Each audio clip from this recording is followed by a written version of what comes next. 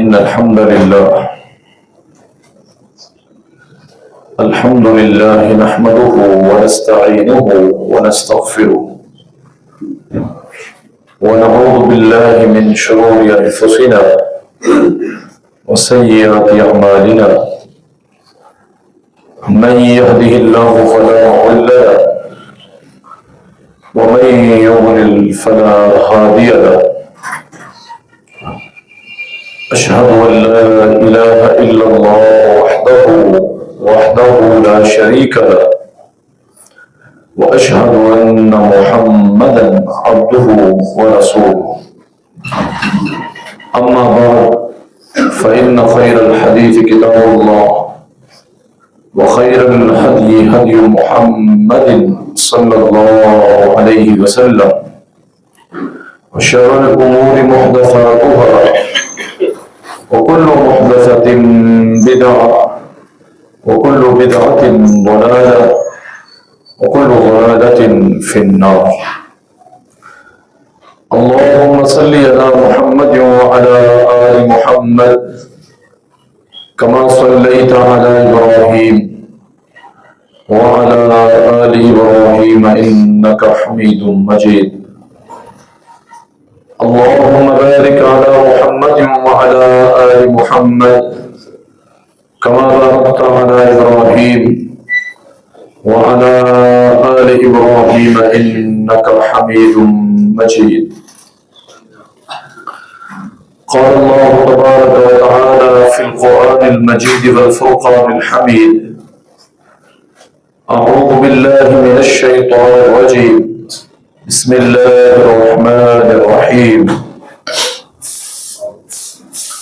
يا أيها الذين آمنوا اتقوا الله وكونوا مع الصادقين.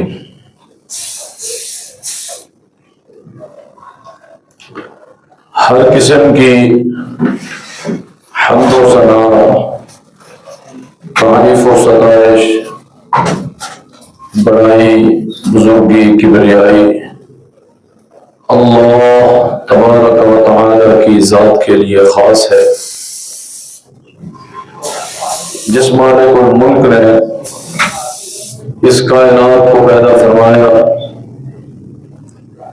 اور اس میں اتنی انواع و اقسام کی مخلوقات پیدا کی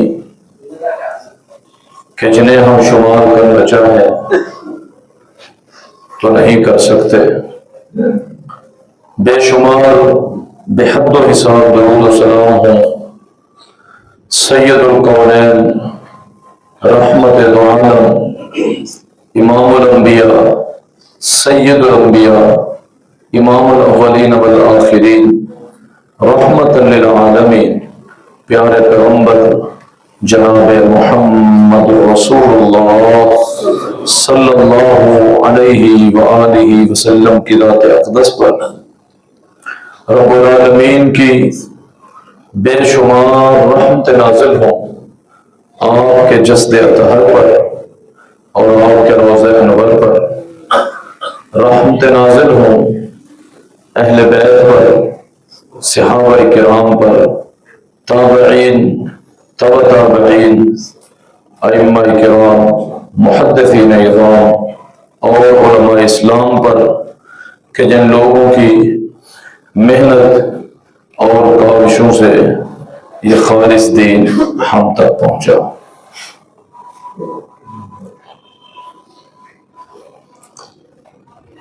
سچ کی راہوں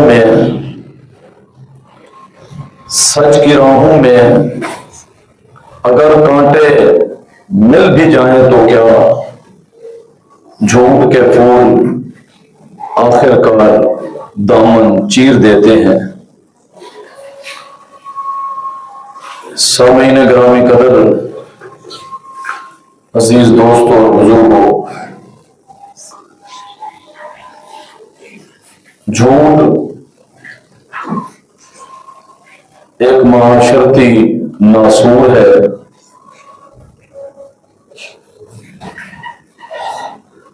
اس حوالے سے سابقہ خطبہ میں بھی ہماری کچھ گفتگو ہوئی تھی. اور وہ گفتگو جہاں تک پہنچی تھی ہم اس نتیجے پر پہنچے تھے کہ جس طرح بیک وقت ایک ہی دل میں ایمان اور کفر، امانت اور دیانت جمع نہیں ہو سکتے، بعینی ہی اسی طرح ایک ہی دل میں بیک وقت سچ اور جھوٹ بھی جمع نہیں ہو سکتے۔ اور جھوٹ کتنا سنگین گناہ ہے، اس حوالے سے ہماری گفتگو ہو چکی ہے۔ یہ بات یاد رکھیں کہ اسلام کی جو بنیاد ہے وہ سچائی، امانت اور دیانت پر رکھی ہے۔ سچائی جو ہے وہ ایمان کی علامت ہے، اور جبکہ جھوٹ نفاق کی علامت ہے۔ اور جھوٹ بے اعتمادی پیدا کرتا ہے، آہستہ آہستہ جھوٹ ایک ایسا گناہ ہے جو انسان کو اللہ کی رحمت سے دور کر دیتا ہے، حتیٰ کہ وہ شخص لوگوں کی نظروں میں بھی گر جاتا ہے، اور سچ جو ہے وہ بتدریج انسان کو عزتوں سے نوازتے ہوئے بالآخر اس کے حقیقی ٹھکانے یعنی جنت تک لے جاتا ہے۔ لیکن آج ہماری حالت بڑی خراب ہے، انفرادی حالت دیکھیں، خاندانی دیکھیں، تجارتی دیکھیں، معاشرتی دیکھیں، جھوٹ اس قدر عام ہے کہ لوگ اسے گناہ بھی نہیں سمجھتے۔ یوں سمجھیں کہ جھوٹ ہی جھوٹ ہے، کاروبار میں جھوٹ، عدالت میں جھوٹ ہے جی، رشتوں میں جھوٹ، الغرض ہر طرف جھوٹ کا ہی دور ہے۔ تو اس حوالے سے جھوٹ کی جو بدترین معاشرتی صورتیں ہیں اس حوالے سے میں نے کچھ پوائنٹ آپ کے سامنے رکھنے۔ ویسے مطلقاً جھوٹ بہت بڑا گناہ ہے، لیکن کچھ معاشرتی صورتیں ایسی ہیں جس میں اس کی سنگینی اور بڑھ جاتی ہے، اور بعض دفعہ تو یہ کفر تک لے جاتی ہے۔ تو جھوٹ کی جو بدترین صورتیں ہیں ان میں پہلی جو چیز ہے وہ ہے اللہ تعالیٰ کی ذات پر جھوٹ بولنا۔ استغفر اللہ۔ آپ حیران ہوں گے کہ کیا کوئی شخص اللہ کی ذات پر بھی جھوٹ بول سکتا ہے؟ میں آپ کو اس کی وضاحت کرتا ہوں۔ اللہ تعالیٰ قرآن حکیم میں فرماتے ہیں وَمَنْ أَظْلَمُ مِمَّنِ افْتَرَىٰ عَلَى اللَّهِ كَذِبًا، بھلا اس سے بھی بڑا ظالم کوئی شخص ہو سکتا ہے جو اللہ پر جھوٹ گھڑتا اور جھوٹ بولتا ہے؟ اگر اس طرح کی آیات کو قرآن مجید میں دیکھا جائے، سمجھا جائے، پرکھا جائے تو عموماً یہ آیات جب اللہ تعالیٰ کے انبیاء علیہ السلام پر اس دور کے کفار نے اعتراضات کیے کہ یہ کوئی وحی نہیں ہے، یہ تو خود ساختہ ایک کلام ہے، یا خود گھڑ لیا گیا ہے عموماً، تو ان کے جواب میں یہ آیتیں نازل ہوئی ہے۔ بعض جگہ دوسرے مفہوم میں بھی ہے کہ اگر ایسی بات ہے کہ اس نبی اور پیغمبر اور رسول نے علیہ السلام نے اگر اس کو خود گھڑ لیا ہے اور اللہ کے ذمہ لگا دیا ہے تو بھلا یہ بتاؤ اس سے بڑا ظالم کون ہو سکتا ہے جو اللہ پر جھوٹ بولتا ہے؟ جبکہ حقیقت ایسی نہیں ہے۔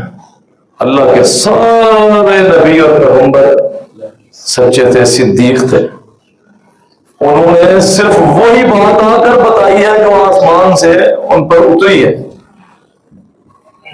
ایک لفظ کا بھی ہیر پھیر نہیں ہوا، ایک نقطے تک کا بھی نہیں ہوا۔ تو سب سے بڑا جھوٹ جو ہے وہ یہ ہے کہ اللہ تعالیٰ کی ذات پر جھوٹ بولا جائے. اور ایک دوسرے مقام پر فرمایا قل انما حرم ربی الفواحش ما ظهر منها وما بطن والاثم والبغي بغير الحق وان تشركوا بالله ما لم ينزل به سلطانا وان تقولوا على الله ما لا تعلمون. آپ فرما دیجئے یقیناً میرے رب نے بے حیائی کو حرام قرار دیا ہے، خواہ وہ ظاہراً ہو یا وہ باطناً ہو، دونوں طرح سے حرام ہے. ظاہراً بھی حرام ہے اور چھپی ہوئی بے حیائی بھی حرام ہے. والاثم والبغي، بے عینی اسی طرح گناہ بھی حرام ہے، سرکشی اور ظلم و زیادتی بھی حرام ہے.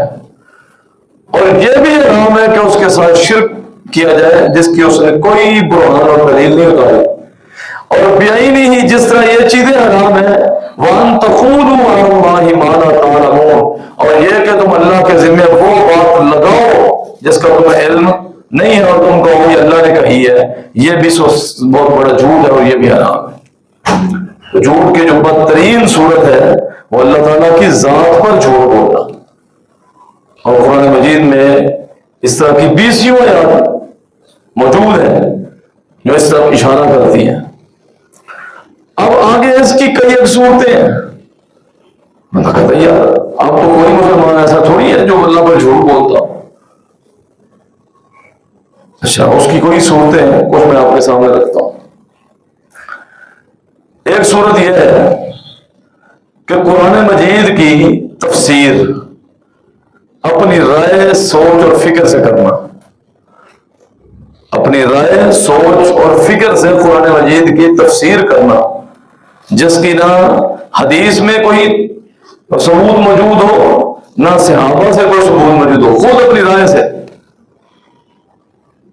تو یہ جو غلط تفسیر کرنا ہے بعین ہی یہ بھی اللہ تعالیٰ پر جھوٹ بولنا ہی ہے. اور آپ کہیں گے کہ ایسی تفسیر تو کوئی بھی نہیں کرتا، ایسی تفسیر تو کوئی بھی نہیں کرتا. لیکن جب آپ مطالعہ کریں گے اور کچھ تفاسیر آپ کے سامنے آئیں گی، چلے دور نہ جائیں. ایک بڑا نامی گرامی اسکالر ہے، بڑا نامی گرامی، اور آج سے کچھ عرصہ پہلے تو نوجوان بڑے متاثر تھے اس سے.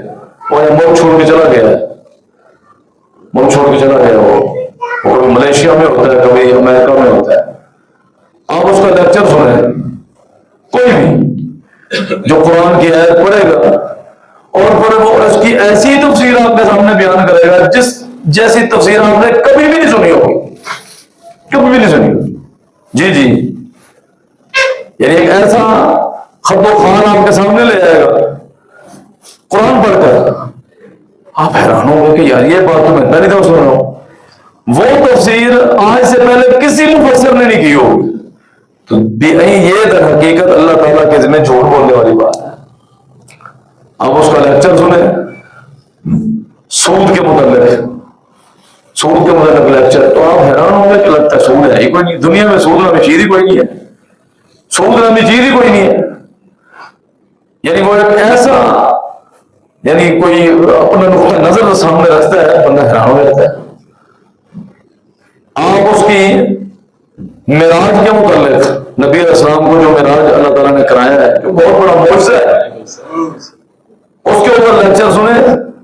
وہ قرآنی آیات بھی ہیں اس میں، تو اس میں بھی من مانی تفسیر ہے. اور گھما پھرا کر وہ یہ ثابت کر رہا ہے کہ یہ جو معراج ہے نا، یہ صرف خواب کی حد تک ہوئی ہے، روح مال جسم یہ نہیں ہے. اچھا خواب کی حد تک اگر معراج ہو، اگرچہ بعض مفسرین کہتے ہیں دونوں طرح ہوا ہے. ایک مرتبہ روح مال جسم گئے ہیں، ایک دفعہ خواب میں. نبیوں کے خواب بھی تو صحیح ہو سکتے ہیں. اچھا اگر خواب میں ہو تو یہ تو کوئی کمال نہیں ہے.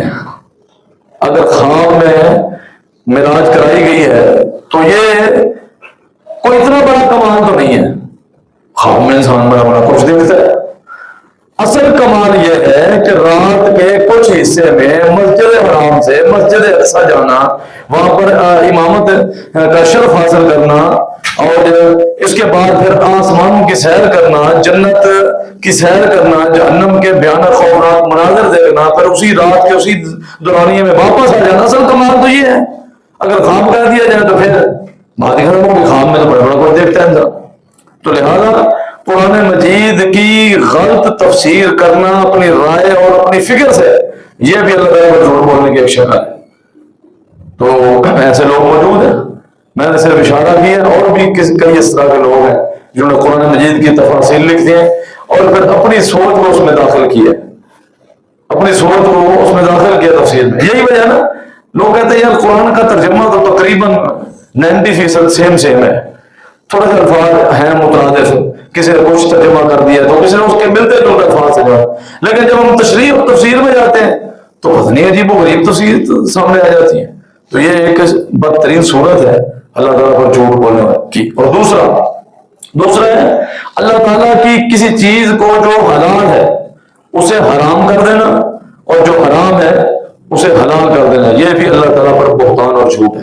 اور سورہ نحل میں اللہ تعالیٰ فرماتے ہیں وَلَا تَقُولُوا لِمَا تَصِفُ أَلْسِنَتُكُمُ الْكَذِبَ هَذَا حَلَالٌ وَهَذَا حَرَامٌ لِتَفْتَرُوا عَلَى اللَّهِ الْكَذِبَ لِتَفْتَرُوا عَلَى اللَّهِ الْكَذِبَ، یعنی اللہ پر جھوٹ بولتے ہوئے خود ہی کہہ دینا یہ حلال ہے اور یہ حرام ہے.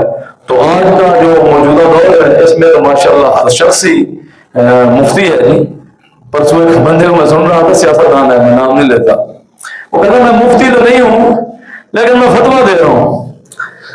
ایک سیاستدان ہے پنڈی کا، وزیر ہے میرا خیال ہے ریلوے کا اس وقت، وہ کہتا میں مفتی نہیں ہوں لیکن میں فتویٰ دے رہا ہوں.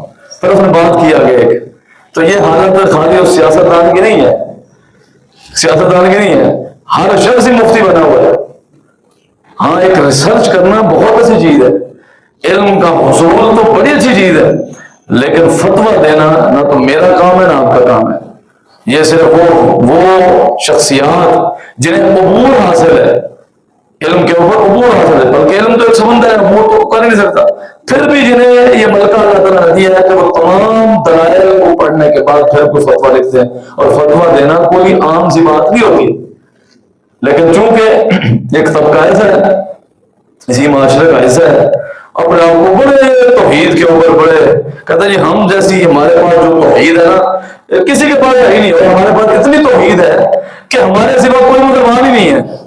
یعنی ہمارے پاس توحید اس قدر ہے، یعنی ہم نے اللہ تعالیٰ کی وحدانیت اور توحید کو اتنا مانا ہے کہ ہمارے سوا کوئی مسلمان نہیں. ایک طبقہ ایسا بھی ہے، تو ان کے پاس فتوے ایسے بنتے ہیں، ایسے جیسے پنجابی روڑیاں مان رہے ہیں، یہ بھی کافر، یہ بھی کافر، یہ بھی مشرک، یہ بھی بدعتی، یہ بھی فارغ، وہ بھی فارغ ہے نا. ایسا طبقہ یہاں پر بھی ہے، ہمارے علاقے میں بھی ہے اور ہمارے گاؤں میں بھی ہیں اس طرح کے لوگ گاؤں کے پاس.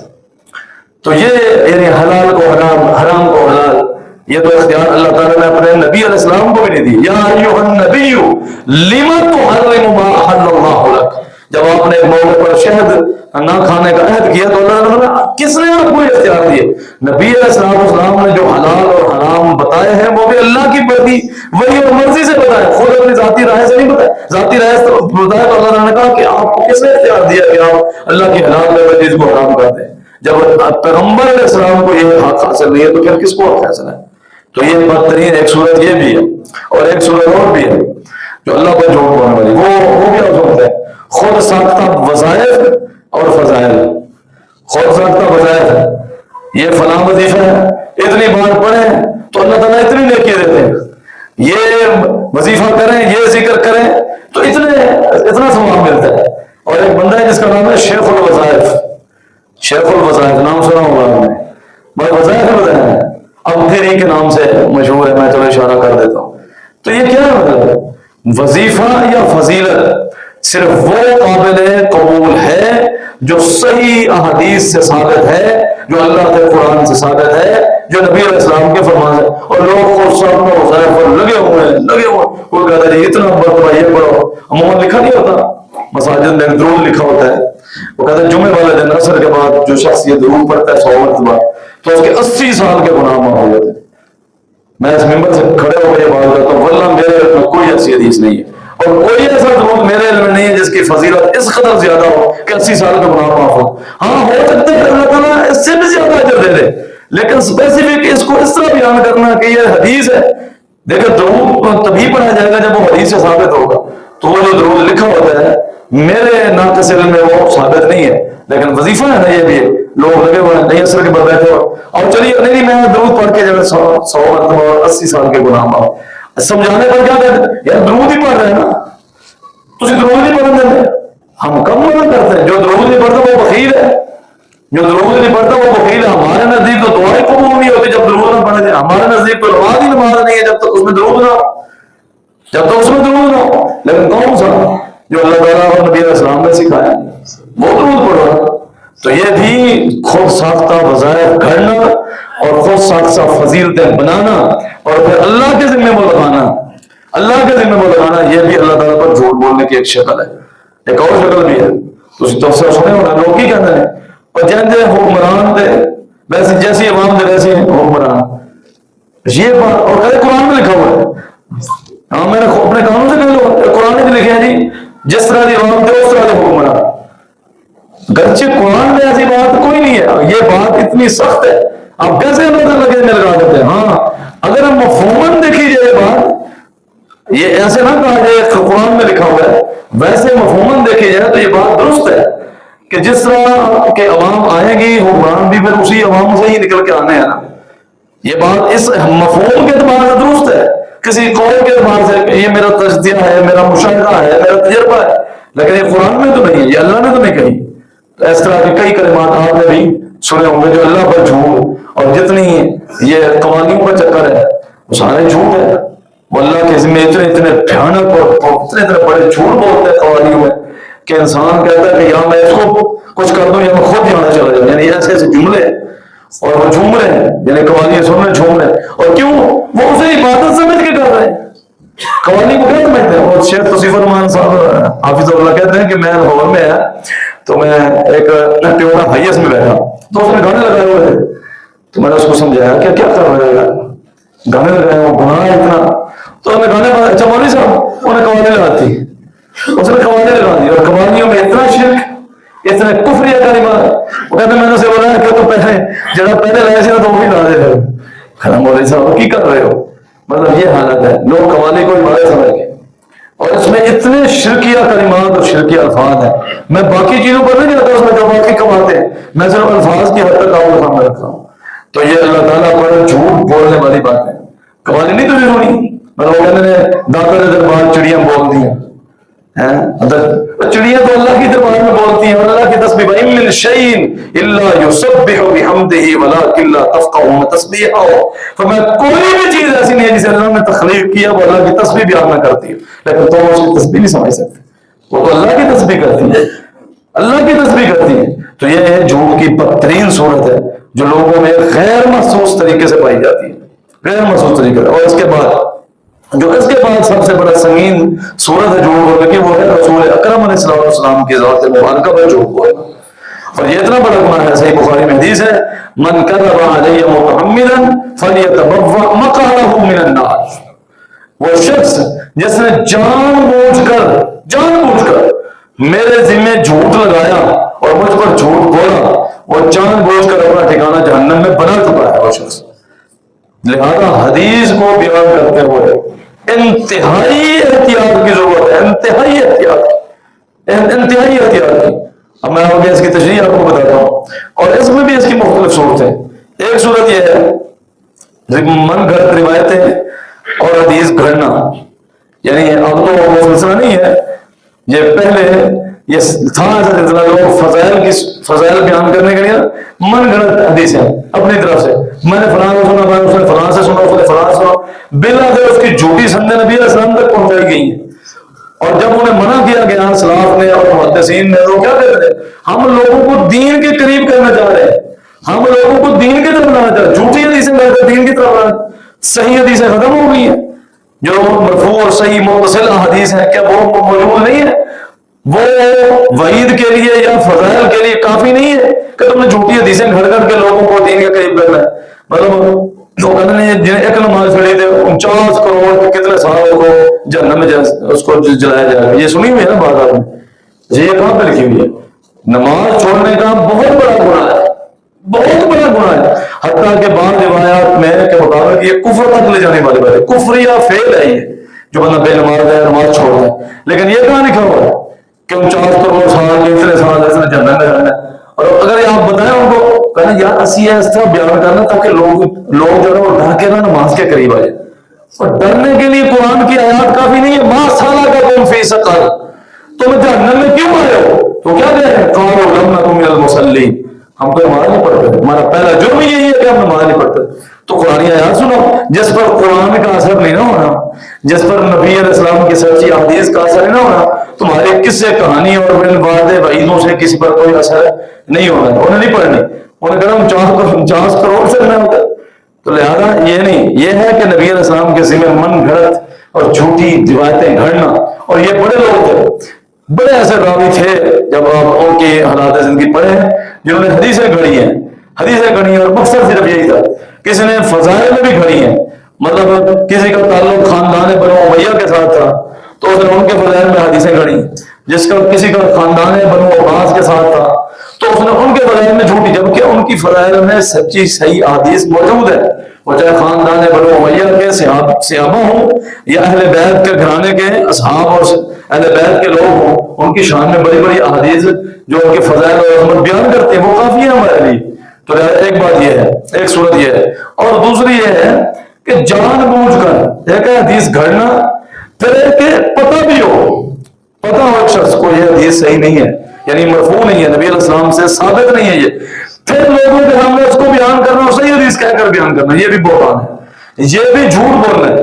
ایک کسی نے حدیث گھڑی اور ایک بیان کرنے والے کو پتہ تھا کہ یہ روایت درست نہیں ہے, یہ ثابت نہیں ہے, ثابت نہیں, پھر اسے صحیح کہہ کر بیان کرا. ایک ہے اس نے بیان کی, من گھڑت روایت نہیں تھی, سند میں کمزوری تھی, بیان کی کمزوری واضح کر دی کہ اس حدیث میں بعض محدثین نے یہ کلام کیا ہے, لیکن مفہوم کے اعتبار سے یہ حدیث درست ہے, دوسری شواہد کے ساتھ اس کو ملایا جائے.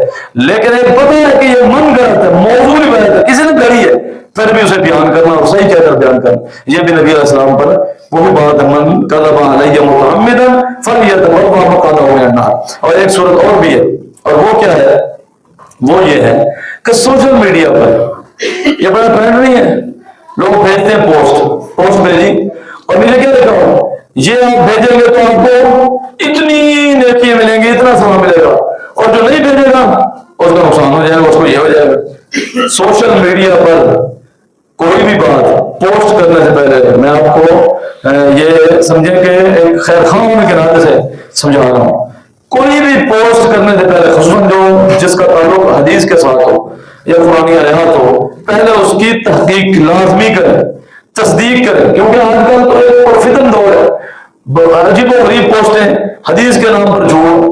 اب یہ سفر کا مہینہ آ گیا, کتنی آپ سنیں گے سفر کے یعنی مہینے میں کوئی اس کو منحوس کہہ رہا ہے, کوئی کچھ کہہ رہا ہے, جبکہ ایسی بات حدیث میں نہیں. فرمایا لا عدوى ولا طیرہ ولا حامہ ولا سفر, 4 چیزیں نبی علیہ السلام نے فرمائی.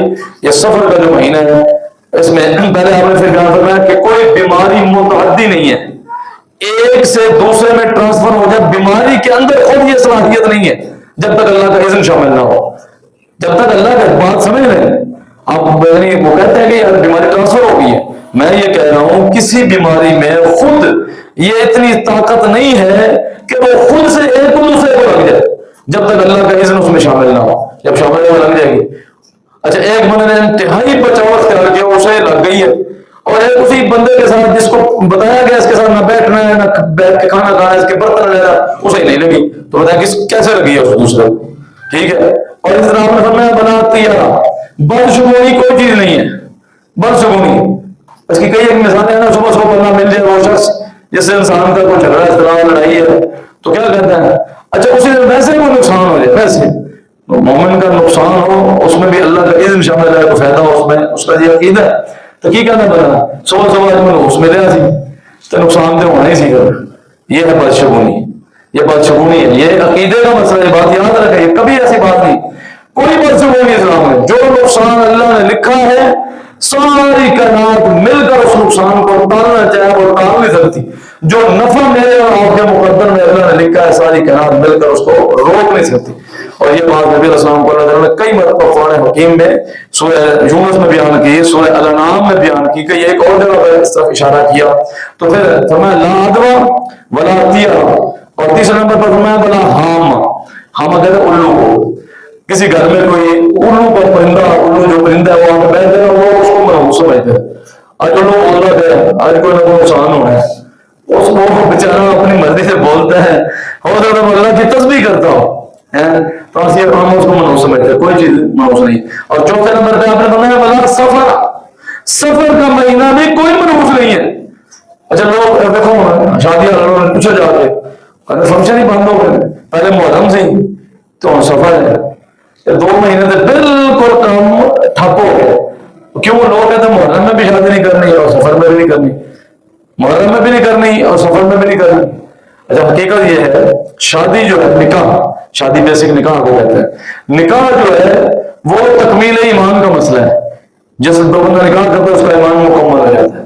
اور جو چیز ایمان کو مکمل کرنے والی ہو وہ کبھی کسی دن کیسے منع ہو سکتی ہے؟ کسی دن میں بھی نکاح کرنا منع نہیں ہے. نکاح ایک ثواب کا کام ہے، نیکی کا کام ہے، وہ کبھی منع نہیں ہے. ہاں جو کچھ ہم نے اس کے ساتھ شامل کیا ہے وہ محرم میں بھی جائز نہیں ہے، وہ سفر میں بھی جائز نہیں ہے، وہ ربیع الاول میں بھی جائز نہیں ہے، وہ کسی موسم میں جائز نہیں ہے. جو کچھ ہم نے اس میں شامل کر دی، شادی کے نام پر جو کچھ ہم نے اس میں تماش بینی شامل کر دی ہے وہ قطعاً جائز نہیں ہے. باقی نکاح جو ہے وہ محرم میں کیا جائے یا سفر میں کیا جائے، کسی بھی مہینے کے منحوس نہیں ہے کوئی چیز، کوئی منحوس نہیں ہے. اور نہ کوئی غم کا اسپیسیفک مہینہ ہے کہ اس میں یہ نکاح نہیں کرنا. نکاح ایک نیکی کا کام ہے، تو نیکی کا کام ہو جیسے میں تو کہتا ہوں زیادہ سے زیادہ کرنا چاہیے.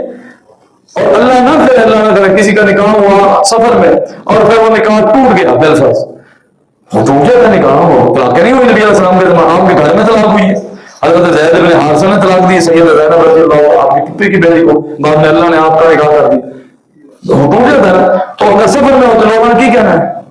تو منع کیا سی نا سفر کرے نکاح نہیں کرنا، تو دیکھ لیا. یہ ساری بدشگونی اور جہالت کی چیز ہے. اور یہ اگر آپ اس کو حدیث کی طرف منسوخ کریں گے تو پھر تو جھوٹ اللہ پر بہتان باندھنے والی بات ہے. اور کوئی بھی دن منحوس نہیں ہوتا، یہ بات یاد رکھیں. کوئی بھی دن تو اللہ کا ہے، بلکہ یہ گالی ہے. نبی علیہ السلام فرماتے ہیں کہ اللہ تعالیٰ حدیث قدسی فرماتا ہے ابن آدم مجھے تکلیف دیتا ہے، مجھے تکلیف دیتا ہے اور مجھے گالیاں دیتا ہے. پوچھا کہ کیسے؟ انسان کیسے گالی دیتا ہے؟ فرمایا کہ یسب الدہر، وہ زمانے کو گالی دیتا ہے، وانا الدہر، اور میں ہی زمانہ ہوں. یعنی دن رات کس نے بنایا؟ اللہ. یہ 24 گھنٹے میں ہی دن رات چلتے ہیں، کیونکہ آگے پیچھے نہیں ہوئے. 23 گھنٹے میں دن رات پورا ختم ہو جائے، نہیں ایسا ہوا. تو یہ دن اس طرح چلتے ہیں، یہ اللہ نے بنایا. ہم بھی بات بات ہیں اور چھوٹو یار دور ہی خراب ہے. جب کوئی نقصان ہو جائے، کسی بندے کے ساتھ کوئی فراڈ ہو جائے، بجائے اس کے کہ یار ہم لوگ خراب ہیں، ہم کہہ رہے ہیں چلو زمانہ ہی خراب ہے. نہ زمانہ خراب ہے نہ دور خراب ہے، میں اور آپ ہمارے اندر کوتاہی ہے اور کمی ہے، لہذا یہ جملہ کبھی نہیں کہنا، یہ اللہ کو گالی دینے والی بات ہے. تو یہ میں نے بات کی کہ یہ خود ساختہ فضائل اور سوشل میڈیا پر غیر مستند چیزیں پوسٹ کرنا یہ درست نہیں ہے جب تک اس کی تصدیق نہ ہو. اور رسول اللہ صلی اللہ علیہ وسلم پر جھوٹ بولنے کی ایک چوتھی جو بدترین شکل ہے وہ کیا ہے؟ جھوٹے خواب بیان کرنا. نبی علیہ السلام کے نام پر جھوٹے خواب، اور ایک نامی گرامی خواب تو آپ نے بڑا عرصے سے سنا، جس شخص نے کہا مجھے نبی علیہ السلام خواب میں، اور یہ سارا معاملہ آپ کے سامنے ہے. تو یہ جھوٹے خواب ہے. نبی علیہ السلام نے فرمایا جو بندہ جھوٹے خواب سناتا ہے، عام جھوٹے، یہ تو اللہ کے نبی کے بارے میں جھوٹ بولا گیا، جو عام جھوٹے خواب سناتا ہے قیامت والے دن 2 جو ہے نا جو اس کے سامنے رکھے جائیں گے اور اسے کہا جائے گا ان کو گرا لگا کے دکھاؤ. تیری سزا یہ ہے کہ تو اسی گرمی اور تپش اور دھوپ میں ان 2 جو کو آپس میں گرا لگا. لگ سکتی ہے جو نہیں لگ سکتی، تو یہ اس کی سزا ہے. تو لہذا یہ جھوٹ کی بدترین صورت ہے کہ اللہ کے ذمہ جھوٹ بولا جائے، اور جتنی شکلیں میں نے آپ کے ساتھ رسول اکرم علیہ السلام کی ذات پر جھوٹ بولا جتنی شکلیں. تو لہذا عام جھوٹ بھی نہیں بولنا، اور یہ تو قطعاً اس کی گنجائش نہیں ہے اسلام میں. اسی موضوع میں آگے چلاؤں گا. اللہ رب العزت سے دعا ہے کہ اللہ تعالیٰ کہنے والے اور تمام سننے والوں کو عمل کی توفیق عطا فرمائے. وما علیہ الا البلاغ.